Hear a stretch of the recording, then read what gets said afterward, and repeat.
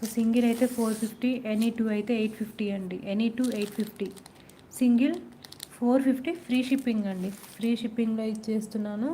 So ఎవరు miss చేసుకోవద్దు. So green అండి, మనకి ఫినిషింగ్ చూసారా చాలా నీట్గా అయితే వస్తుంది.